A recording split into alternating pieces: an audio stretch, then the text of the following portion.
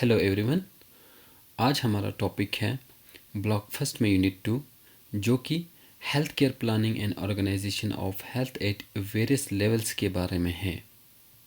शुरू करते हैं हेल्थ प्लानिंग से, जिसका डेफिनेशन है the systematic decision making process for the economic utilisation of materials, man power and financial resources to improve और satisfy the identified health needs.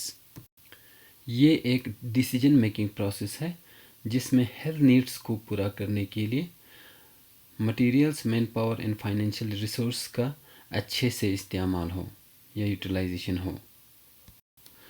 Now coming to national health planning, the national health planning has been defined as the orderly process of defining community health problems, identifying unmet needs and surveying the resources to meet them, establishing priority goals that are realistic and feasible, and projecting administrative action to accomplish the purpose of the proposed program. National health planning में सबसे पहले community के health problems के बारे में पता करना होता है। फिर उसके बाद अनमेट हेल्थ नीड्स के बारे में जानकारी रखना होता है। अनमेट हेल्थ नीड्स होता है, this is the difference between the available necessary health services and the utilisation of necessary health services. Means जो नेसेसरी हेल्थ सर्विसेज है वो अवेलेबल तो है, लेकिन कुछ रीजंस की वजह से वो सर्विस यूटिलाइज नहीं हो पा रहा। इसको बोलते हैं अनमेट हेल्थ नीड्स। फिर उस हेल्थ प्लानिंग में कितने रिसोर्स की ज़रूरत पड़ेगी उसकी जानकारी रखनी होती है। अब रिसोर्स भी कई टाइप के होते हैं, जैसे मैन पावर हुआ, मनी, मटेरियल और टाइम। तो इन सब की ज़रूरत पड़ती है किसी भी हेल्थ प्लानिंग को इम्प्लीमेंट करने के लिए। उसके बाद फिर प्रायोरिटी गोल्स सेट करने होते हैं जो रियल भी हो एंड फिजिबल भी हो, मीन्स अचीवेबल भी हो। फिर जो भी एडमिनिस्ट्रेटिव एक्शन की ज़रूरत हो उस प्रोग्राम को या प्लानिंग को कामयाब बनाने के लिए उनके लिस्ट का पता हो। एडमिनिस्ट्रेटिव एक्शन के लिए भी कुछ स्टेप्स ज़रूरी है, that are to assess alternate plans, documentation of plan, cost, timeline and action needed for modification of plan, implementation, organizational structure, roles and responsibilities, training and supervision, organization and communication. Health planning में last में आता है monitoring and evaluation, जिसमें health planning का daily basis पे monitoring भी होता है और उसके फाइनल आउटकम की भी जानकारी लेती है। अब डिस्कस करता हूँ health care delivery system. Health care delivery system is the organisation of people, institution and resources to deliver health care services to meet the health need of the target population, to promote, restore और maintain health. अब India में health care delivery system 5 sector में है, जो कि public sector, private sector, indigenous system of medicine, voluntary health agencies and national health programmes. National rural health mission के तहत health care structure को 3 भागों में बटा हुआ है।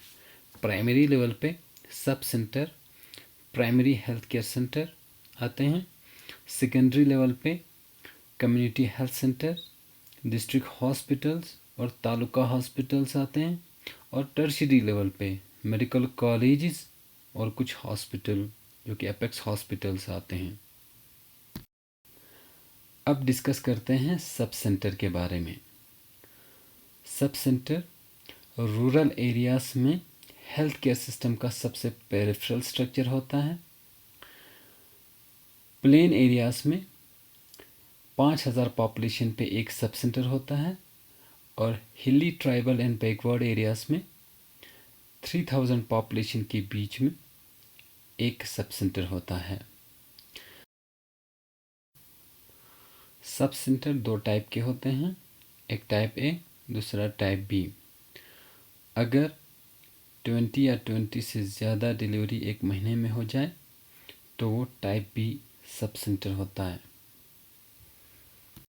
टाइप 1 के मैन पावर एक एएनएम या हेल्थ वर्कर फीमेल होते हैं, एक हेल्थ वर्कर मेल और एक पार्ट टाइम वॉलंटरी वर्कर होते हैं।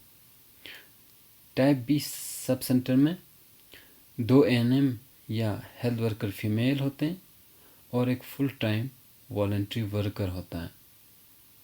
और अगर 20 या 20 से ज़्यादा डिलीवरी हो तो एक स्टाफ नर्स के भी पोस्ट होते हैं उसमें। अगर स्टाफ नर्स ना हो तो एएनएम को स्टाफ नर्स की जगह रख सकते हैं।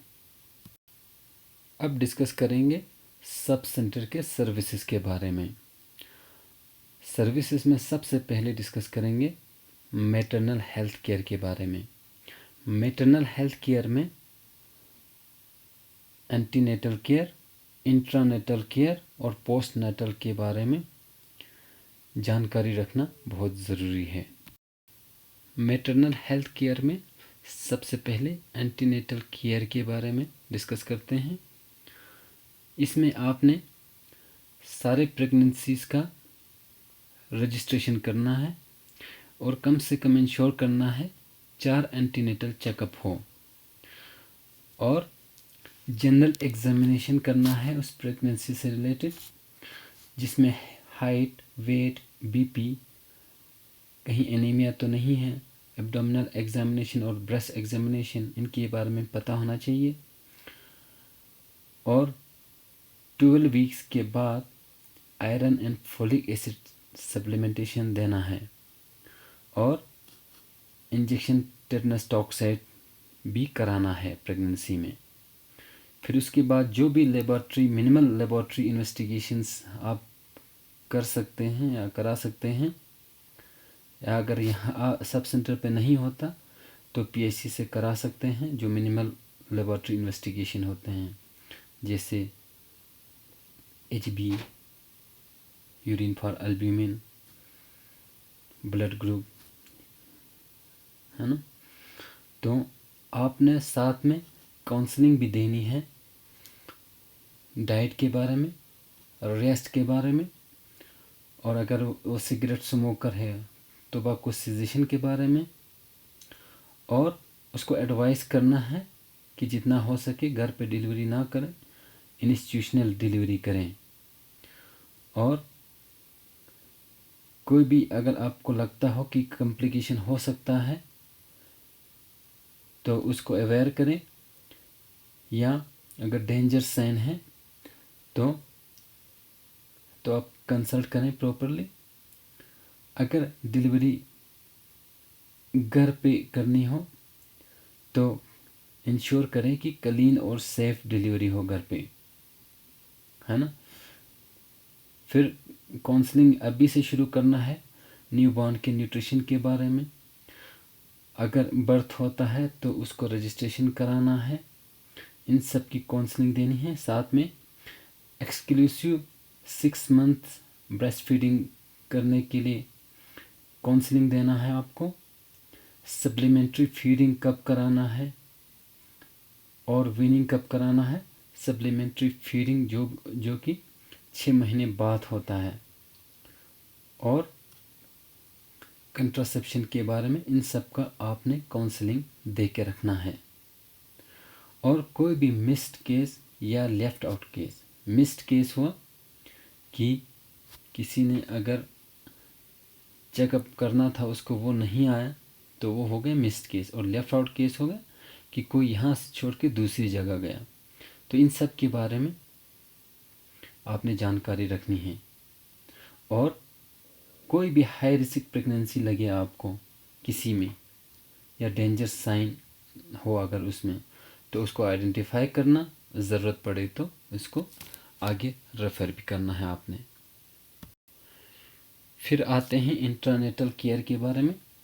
इसमें आपने इंस्टीट्यूशनल डिलीवरीज़ को प्रमोट करना है काउंसलिंग करके, या जो भी कोशिश कर सकते हैं वो करके।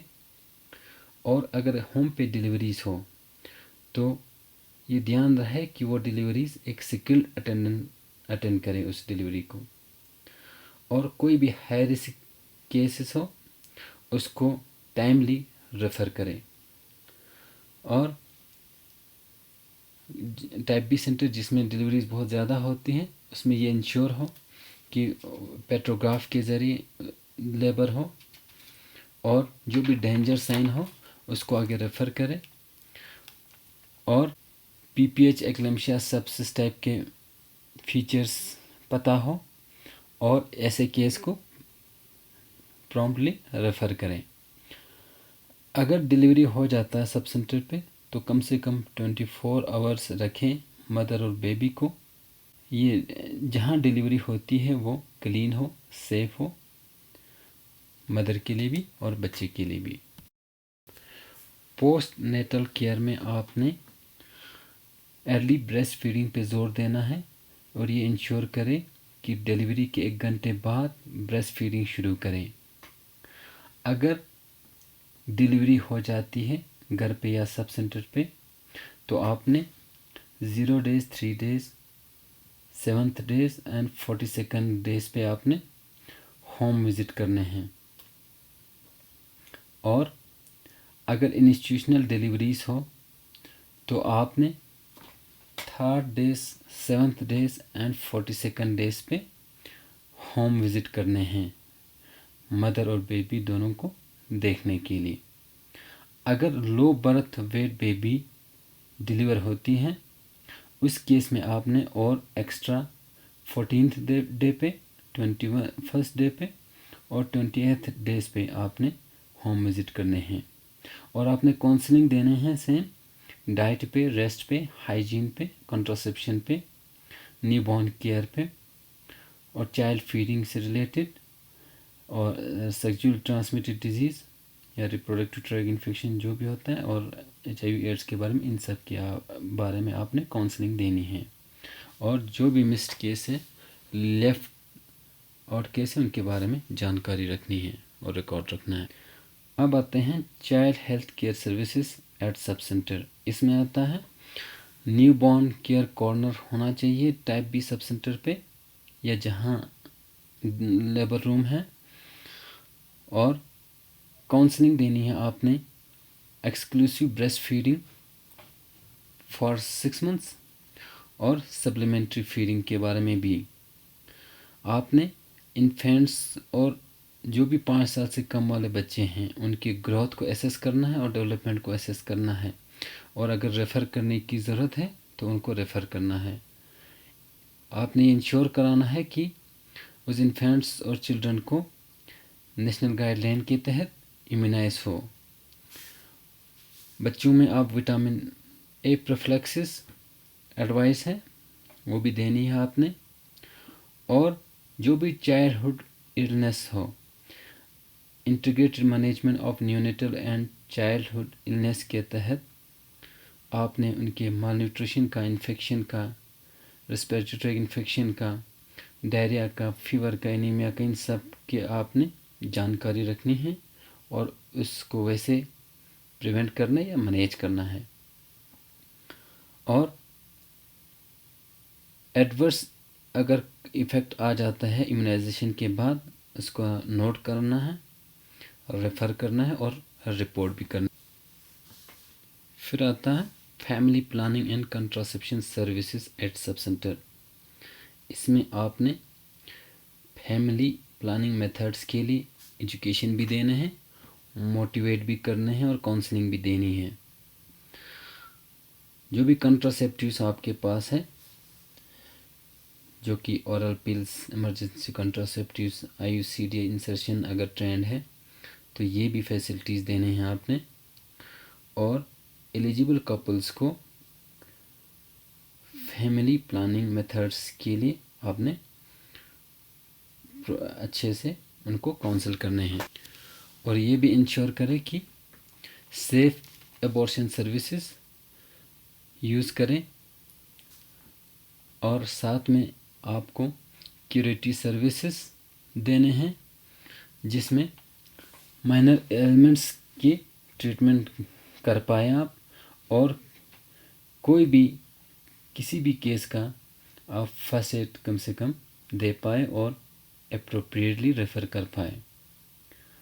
एडोलेसेंट हेल्थ केयर में आपने एजुकेशन और काउंसलिंग देनी है, स्कूल हेल्थ सर्विसेज भी देने हैं आपने, चाहे माइनर एलिमेंट्स हो, इम्यूनाइजेशन हो, डिवॉर्मिंग हो, विटामिन ए न्यूट्रिशनल डिफिशिएंसीज वगैरह हो, ये देने हैं आपने फिक्स डे स्कूल विज़िट करके,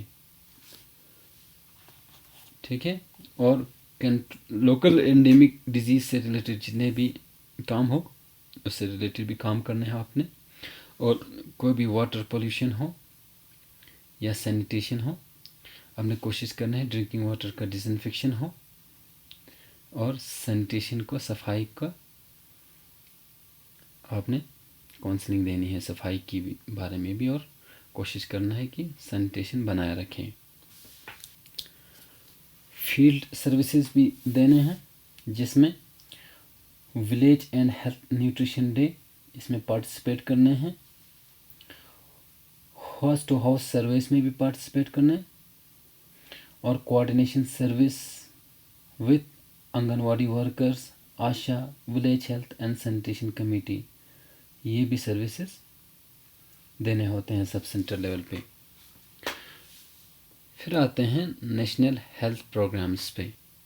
कुछ ऐसे नेशनल हेल्थ प्रोग्राम्स होते हैं जिसमें सब सेंटर लेवल पे एक्टिव पार्टिसिपेशन देने होते हैं। For example NACP means national AIDS control programme, NVBDCP means national vector borne disease control programme, NLEP means National Leprosy Eradication Program, RNTCP means Revised National Tuberculosis Control Program, NPCB means National Program for Control of Blindness, NPPCD means National Program for Prevention and Control of Deafness, NMHP National Mental Health Program, NPCDCS means National Program for Prevention and Control of Cancer, Diabetes, Cardiovascular Disease and Stroke, NIDDCP National Iodine Deficiency Disease Control Program, NTCP means National Tobacco Control Program। फिर आता है NPCHE national programme for health care of elderly. फिर हुआ IDSP integrated disease surveillance project.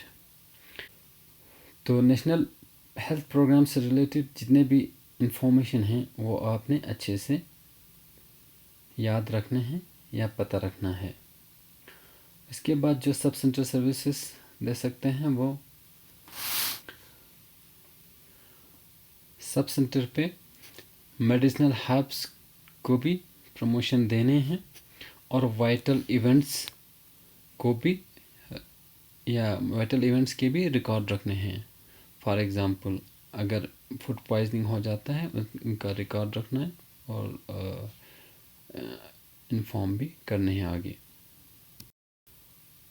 अब discuss करते हैं primary health centre. और rural health care structure के लिए सेकंड टायर है। प्लेन एरियाज़ में 30,000 पॉपुलेशन पे एक प्राइमरी हेल्थ सेंटर होते हैं, और हिली, ट्राइबल एंड बैकवर्ड एरियाज़ के लिए 20,000 पॉपुलेशन को एक प्राइमरी हेल्थ सेंटर कवर करता है। इसमें एक primary health centre 6 sub centre areas को कवर करते हैं। एक प्राइमरी हेल्थ सेंटर में 6 इंडोर बेड्स होते हैं, ये भी टाइप ए और type B primary health centre होते हैं, depending on number of deliveries conducted in a month. अगर 20 या 20 से ज़्यादा डिलीवरीज हो वो type B primary health centre बोलते हैं उसे। मैन पावर की आपने जानकारी रखनी है। टाइप ए में एक मेडिकल ऑफिसर, एक डाटा ऑपरेटर, एक फार्मासिस्ट, 3 मिडवाइफ या नर्स, एक हेल्थ असिस्टेंट मेल, एक हेल्थ असिस्टेंट फीमेल या लेडी हेल्थ विजिटर, एक laboratory technician, 2 multi skilled group D worker और एक सैनिटरी वर्कर कम वॉचमैन। ये पोस्ट हैं टाइप ए के। टाइप बी में एक नर्स या मिडवाइफ ज़्यादा होते हैं। अब प्राइमरी हेल्थ केयर सर्विसेज के बारे में बताता हूँ। जितने भी सब सेंटर पे सर्विस ऊपर बताया मैंने, उसके अलावा जो प्राइमरी हेल्थ केयर पे सर्विस देते हैं वो है ओपीडी सर्विसेज, जो कि 6 घंटे की ओपीडी रन करने हैं एक हफ्ते में 6 दिन के लिए, 4 hours in morning and 2 hours in afternoon, with कम से कम patient 40 patient per doctor per day हो। और 24 आवर इमरजेंसी सर्विसेज रखने हैं, जिसमें management of injured patient and accident, first aid, wound stitch करना, एब्सेस को ड्रेन करना या इंसिजन देना, डॉग बाइट, स्नेक बाइट या जो भी स्कॉर्पियन बाइट केस है उनको फर्स्ट एड देना और प्रॉपर रेफरल करना, ये सर्विसेज अवेलेबल हो। और इन पेशेंट सर्विसेज 6 बेड का अवेलेबल हो। इसी तरह जो एडिट इसमें रिस्पॉन्सिबिलिटी देता वो है JSY, जनानी सुरक्षा योजना, ये भी लागू हो। और जो भी अंडर ग्रेजुएट हो या पैरामेडिकल स्टाफ हो उनकी ट्रेनिंग कराएं। Basic laboratory and diagnostic test available हो। और अगर OT फैसिलिटीज़ हैं, जो भी ऑपरेशन कर सकते हैं मिनिमल, वो फैसिलिटी प्रोवाइड कर सकते हैं। और उस एरिया की सब सेंटर लेवल का या उस एरिया का रूरल एरिया का मॉनिटरिंग और सुपरविजन में रोल अदा करें। और जो भी मैटरनल डेथ हो उसका community health centre 3rd tyre होता है रूरल स्ट्रक्चर में। 80,000 to 1,20,000 पॉपुलेशन के बीच में एक कम्युनिटी हेल्थ सेंटर होता है। एक कम्युनिटी हेल्थ सेंटर 4 PHCs को कवर करता है। इसमें 30 इंडोर बेड्स होते हैं। ये बेसिक स्पेशलिटी सर्विसेज जो कि general medicine, paediatric, surgery, obstetric and gynaecology available होता है इनमें। और इसको स्टेट गवर्नमेंट रन करता है। मैन पावर भी इनमें बहुत सारे मैन पावर होते हैं, जैसे block BMO block medical officer, एक पब्लिक हेल्थ स्पेशलिस्ट, एक पब्लिक हेल्थ नर्स, एक जनरल सर्जन, एक फिजिशियन, एक गायनेकोलॉजिस्ट, एक पीडियाट्रिशियन, एक एनेस्थेटिस्ट, एक डेंटल सर्जन, एक general duty medical 2 general duty medical officers, एक आयुष ऑफिसर, 10 स्टाफ नर्स, एक फार्मासिस्ट, एक आयुष फार्मासिस्ट, 2 लैब टेक्नीशियन, एक रेडियोग्राफर, एक ऑप्थाल्मिक असिस्टेंट, एक डेंटल असिस्टेंट, एक cold chain vaccine logistic assistant, एक OT टेक्नीशियन, एक मल्टी रिहेबिलिटेशन वर्कर, एक counsellor, 2 registration clerk, 2 statistical assistant या डाटा ऑपरेटर, एक अकाउंट असिस्टेंट, एक एडमिनिस्ट्रेटिव असिस्टेंट, एक ड्रेसर, 5 वार्ड बॉय और एक ड्राइवर्स को भी आउटसोर्स कर सकते हैं। अब डिस्कस करते हैं कम्युनिटी हेल्थ केयर सर्विसेज के बारे में कि कम्युनिटी हेल्थ सेंटर पे क्या क्या सर्विसेज होते हैं। जितने भी प्राइमरी हेल्थ सेंटर पे सर्विसेज थे वो यहाँ भी अवेलेबल होते हैं, प्लस एडिट यहाँ speciality OPD and IPD services होते हैं, एक ओटी भी होता है, एक लेबर रूम भी होता है, और एनएसयू न्यूनेटल स्टेबलाइजेशन यूनिट भी होते हैं, एक जनानी सुरक्षा योजना और जनानी शिशु सुरक्षा कार्यक्रम ये भी लागू करने होते हैं यहाँ पे। अगर कोई भी कॉम्प्लिकेटेड डिलीवरीज हो वो कम से कम 3 से 7 दिन तक इंडोर रहे, ब्लड स्टोरेज फैसिलिटीज़ भी हों, ईसीजी फैसिलिटीज़ भी हों, और मॉनिटरिंग एंड सुपरविजन का भी रोल अदा करता है। और कोई भी नेशनल हेल्थ प्रोग्राम्स वो इम्प्लीमेंट होता है कम्युनिटी हेल्थ सेंटर के थ्रू। और ये कुछ टॉपिक्स हैं जिसको नॉलेज के लिए आप याद रख सकते हो। ये हुआ डिस्ट्रिक्ट इंडिया में district principal unit of administration है जिसका हेड कलेक्टर होता है, और हर डिस्ट्रिक्ट में 6 एडमिनिस्ट्रेटिव एरियाज हैं जैसे सब divisions, tehsils, community development blocks, municipalities and corporation, village and panchayat. Sub division का एडमिनिस्ट्रेटिव हेड असिस्टेंट कलेक्टर या सब कलेक्टर है। तहसील 200 से 600 विलेज के बीच में बनी होती हैं, और community development block around 100 village के बीच में बनी होती हैं। अर्बन एरियाज़ में लोकल सेल्फ गवर्नमेंट करने के लिए टाउन एरिया कमेटी होते हैं जो 5000 से 10,000 पॉपुलेशन के बीच में होते हैं, और म्यूनिसिपल बोर्ड्स 10,000 से 2 लाख पॉपुलेशन के बीच में म्यूनिसिपल बोर्ड्स होते हैं जिसका हेड चेयरमैन या प्रेसिडेंट होता है। कॉरपोरेशन अगर एबो 2 लाख हो इसका हेड मयूर होता है। फिर रूरल स्ट्रक्चर में पंचायत राज भी होते हैं, एक सॉर्ट ऑफ रूरल लोकल सब गवर्नमेंट होता है ये एक डिस्ट्रिक्ट में। गांव लेवल पे पंचायत, ब्लॉक लेवल पे पंचायत समिति, डिस्ट्रिक्ट लेवल पे ज़िला परिषद, ठीक है। और इनका हेड होता है डिस्ट्रिक्ट लेवल पे चीफ एग्जीक्यूटिव ऑफिसर पंचायत का, ब्लॉक लेवल पे बीडीओ, और विलेज लेवल पे वीडीओ। इसी तरह स्टेट के भी हेल्थ स्ट्रक्चर हैं। स्टेट के अंदर मैनेजमेंट स्ट्रक्चर होते हैं हेल्थ का, जिसमें स्टेट मिनिस्ट्री ऑफ हेल्थ और स्टेट हेल्थ डायरेक्टरेट होते हैं, ठीक है। इसी तरह नेशनल लेवल पे union ministry of health and family welfare होते हैं, directorate general of health services होते हैं, और काउंसिल ऑफ हेल्थ भी होते हैं।